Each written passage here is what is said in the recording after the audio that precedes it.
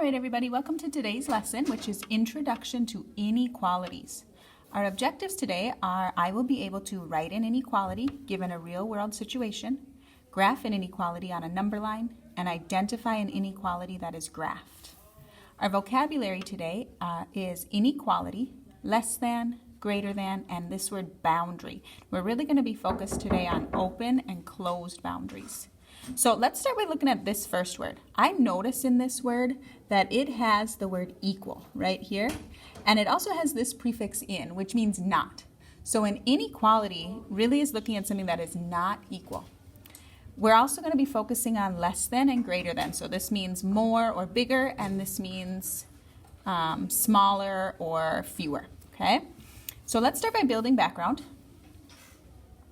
Today we're going to use these symbols to create true statements. So this symbol is the symbol we use for greater than, and this is the symbol we use for less than. Okay, so I'm going to look at this statement. I have 87 and 43, and I'm going to choose which symbol I think would make this a true statement. So I know that 87 is a bigger number than 43.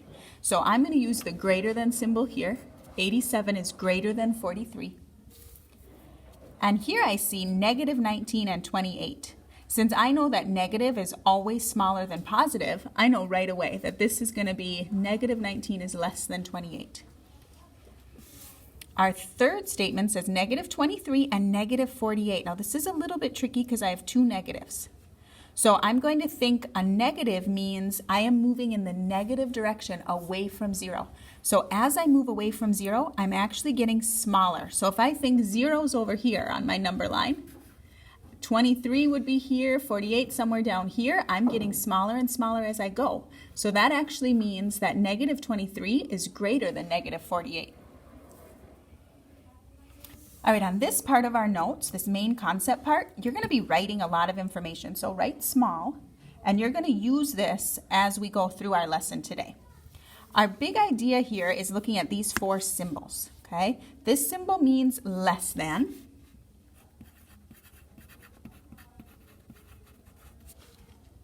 And some other words you might see here would be fewer or smaller.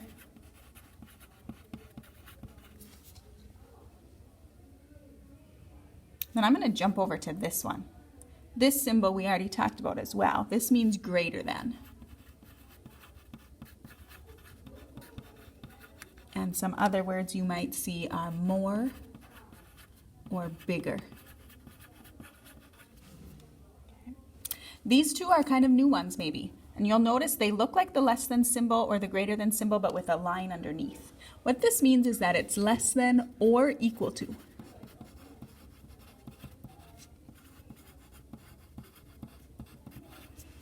And that might be words like no more than, at the most, or maximum. And this one means greater than or equal to.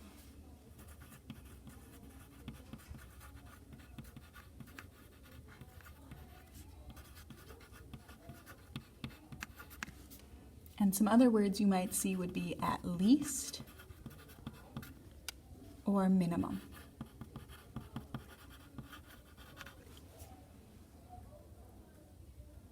Now, one of our objectives today was to graph an inequality or identify an inequality from a graph. So we're going to be adding some more symbols here to this main concept page that we'll use when we're graphing. Next to the less than symbol, draw an open circle, so just a circle.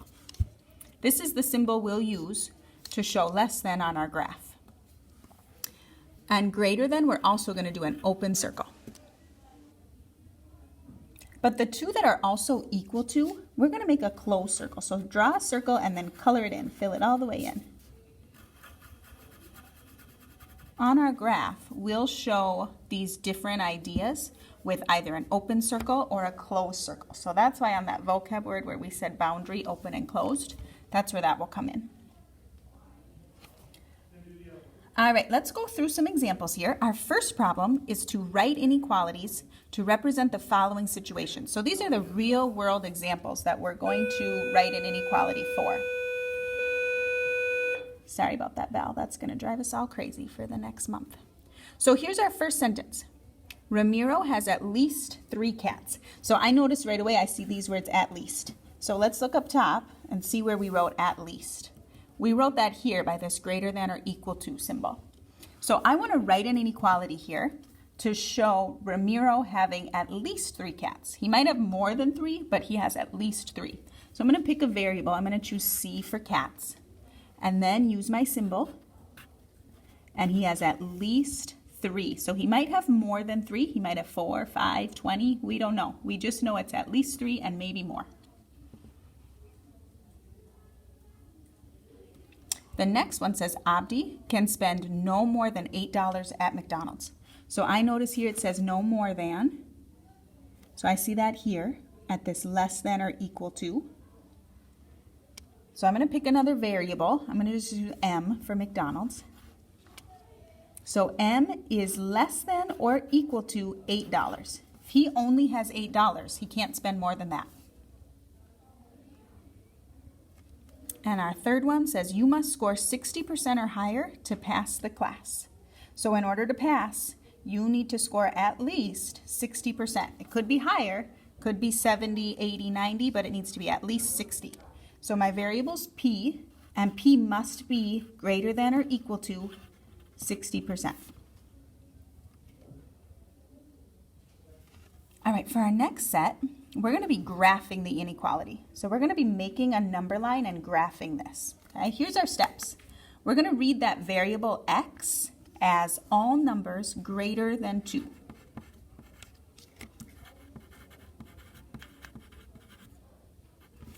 Okay, so this is x is greater than 2. That means x could be all the numbers that are bigger than 2. So we're going to make a number line. Remember to use those arrows on each side because it is infinite. Could go on and on. I'm going to put 2 in the middle and put a few tick marks going bigger and a few tick marks going smaller. And my inequality is x is greater than 2. So if I can't remember yet if that should be open or closed, I'm going to look up here. And I see that greater than should be an open circle. So on the 2, I'm going to make that open circle. And then I have to decide which way I'm moving. So I know that x is all numbers greater than 2. These are the numbers greater than 2. This is the positive direction. So I'm going to shade in on my lumber line all the numbers greater than 2. I use purple just so you can see it, but you can just use your pencil.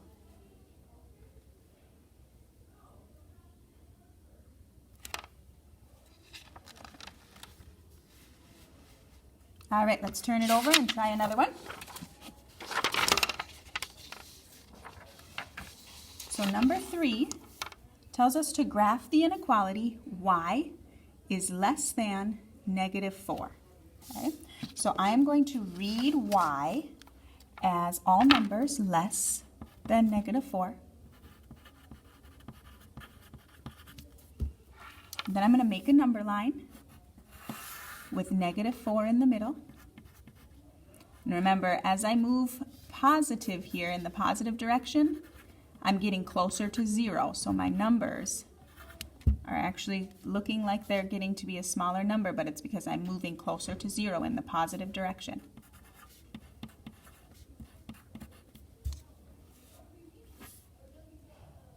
And then I need to decide if this is going to be an open or a closed circle. So I'm going to look at this symbol, and I can check back on my notes if I need to. And this symbol needs to have an open circle. So on the -4, I'm going to make an open circle.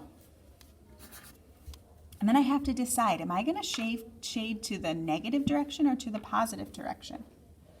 So in this case, I see that it is less than -4. That means I'm going to be moving into this negative direction here and shading in over toward the left.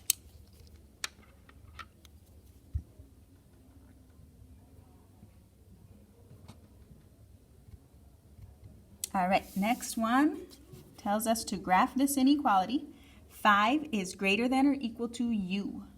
So I'm going to read u as 5 is greater than or equal to any numbers shaded.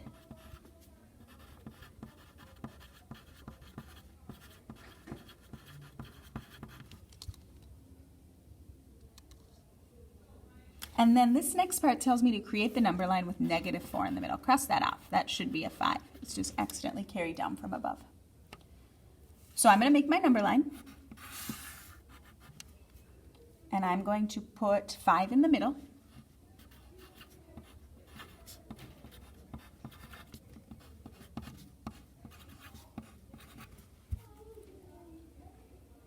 And then I'm going to decide if this is open or closed. So I notice this symbol has the line underneath. That tells me it's a closed symbol. So over that 5, I'm going to make a closed symbol. Okay. Now I'm reading this as 5 is greater than or equal to u.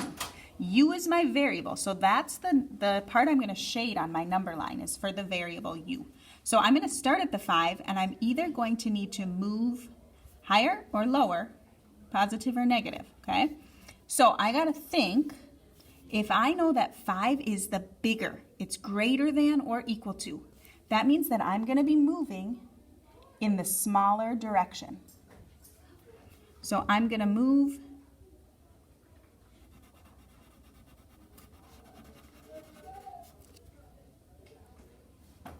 to the smaller number.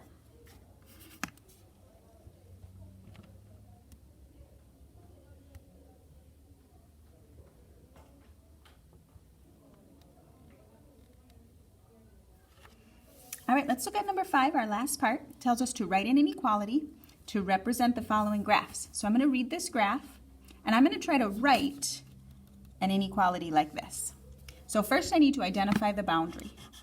In this case, I can see that it is marked at that -2.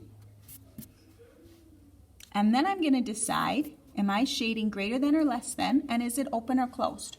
So I notice that these numbers are getting greater than. They're moving greater. So first I'm going to pick a variable. Let's just say n. And I can see that -2 is going to be the smallest. It is less than all these numbers.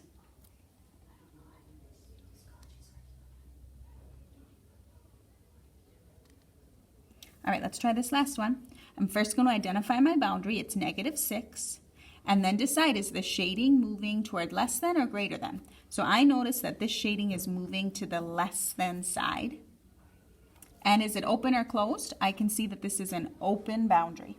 So I would read this as -6 is greater than n.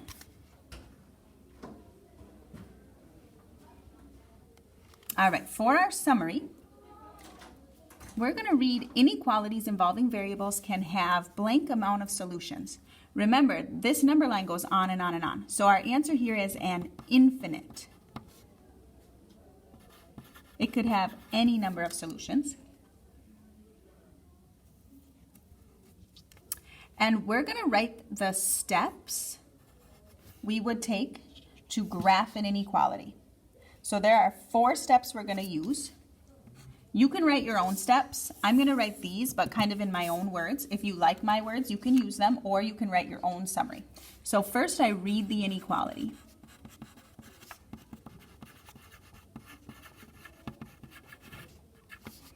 Then I make a number line.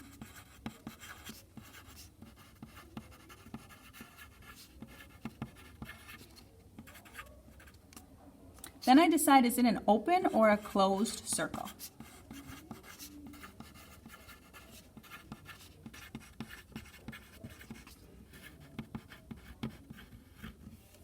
And finally, number 4, I shade in the correct direction.